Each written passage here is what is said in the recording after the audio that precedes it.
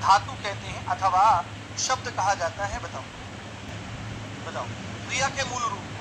तो ध्यान रखना है, क्रिया का जो मूल रूप होता है उसको क्या कहते हैं? उसको हम लोग कहते हैं धातु। क्या कहते हैं? क्रिया का मूल रूप धातु कहलाता है। अब आप में से बहुत सारे लोगों को लग सकता है कि धातु ये सोना चांदी वगैरह नहीं, क्रिया।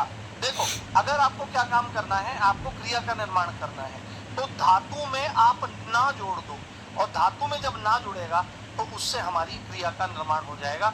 ये इक्वेशन या ये समीकरण आप हमेशा याद रखना। जैसे कि धातु है पढ़, जैसे धातु है लिख, जैसे धातु है रो, ठीक है, रो, जैसे धातु है सो। इनका एग्जाम्पल मैं ले रहा हूं, ऐसे बहुत सारी ली जा सकती हैं। इनमें जब आप ना प्रत्यय जोड़ोगे, क्या जोड़ोगे? ना जोड़ दोगे। क्या जोड़ दोगे? ना जोड़ दोगे। तो आपका क्या बन जाएगा? पढ़ ना। क्या बन जाएगा? पढ़ ना। उसके बाद यहाँ पर क्या आ जाएगा? लिख ना। उसके बाद यहाँ पर क्या आ जाएगा? रो ना। और उसके बाद क्या आ जाएगा? सो ना। तो आप देखो, यहाँ पर जो क्रिया का निर्माण हो रहा है वो किन से हो रहा है? वो इनसे तो हो रहा है। तो ये ही क्या है? ये सब की सब आपकी धातुएं हैं, ये सब की सब आपकी यहाँ पर क्रियाएं हैं। तो क्रिया का मूल रूप क्या कहलाएगा? धातु कहलाएगा। ऑप्शन सी हमारा सही हो जाएगा। नेक्स्ट क्वेश्चन, कर्म के आधार पर क्रिया के कितने भेद होते हैं? 3 होते हैं, 4 होते हैं, 6 होते हैं, अथवा 2 होते हैं? ये बताने का काम करेगा। बहुत शानदार रहेगा। आगे देखो, पोल भी आ गया है। हाँ जी, पोल में आंसर करो आप, पोल में, ठीक है। और मैं बोल देता हूँ कि क्वेश्चन का नंबर भी डाल देना। क्वेश्चन का नंबर भी डाल देना अगली बार से ना, अगर आप सुन रहे हैं तो देखो, कर्म के आधार पर क्रिया के कितने भेद हैं? कर्म के आधार पर मतलब कि कर्म है या नहीं है। तो कर्म के आधार पर क्रिया के 2 भेद हैं, जिसमें जहां पर कर्म उपस्थित नहीं होता वहां पर अकर्मक क्रिया रहती है, और जहां पर कर्म उपस्थित होता है वहां पर सकर्मक क्रिया होती है। क्या होती है? सकर्मक क्रिया। सकर्मक क्रिया भी फिर कर्मों की संख्या के आधार पर कि कितने कर्म उपस्थित हैं। अगर 1 कर्म उपस्थित है तो 1 कर्मक, और 2 कर्म उपस्थित हैं तो द्विकर्मक कहलाती है। तो आपका उत्तर क्या आ जाएगा? आपका उत्तर आ जाएगा 2। यहाँ पर कर्म के आधार पर क्रिया। यदि यहीं पर आपसे पूछ ले कि प्रयोग के आधार पर, क्या है?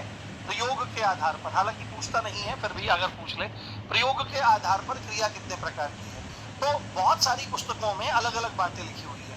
कहीं पर कुछ लिखा हुआ है, कहीं पर कुछ लिखा हुआ है, पर जो मोस्ट ऑथेंटिक डेटा है वो क्या बताना है कि भाई 5 भेद हैं। कितने भेद हैं?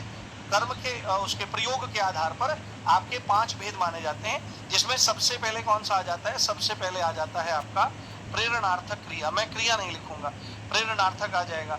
दूसरा इसमें आप लिख लीजिए नाम। तीसरा आ जाएगा पूर्वकालिक, चौथा आ जाएगा सामान्य, और 5वां आ जाएगा संयुक्त। 5वां आ जाएगा कौन सा? 5वां आ जाएगा आपका संयुक्त। तो आपसे अगर कर्म के आधार पर पूछे तो 2 बता देनी है, और आपका प्रयोग के आधार पर पूछे तो आपको कितनी बता देनी है? 5 बता देनी है। यह आप ध्यान रखें। हाँ, अगला प्रश्न, सीमांत पकौड़े खा रहा है। वाह, हाँ, सीमांत को दौड़ने ओड़ने की टेंशन, पकौड़े खा रहा है, पकौड़े। तो रेखांकित वाक्य में किस तरह की क्रिया है? अकर्मक है, सकर्मक है, प्रेरणार्थक है, या द्विकर्मक है? बताइए। बहुत बढ़िया, 2 उड़ा रखे हैं तुमने। हाँ,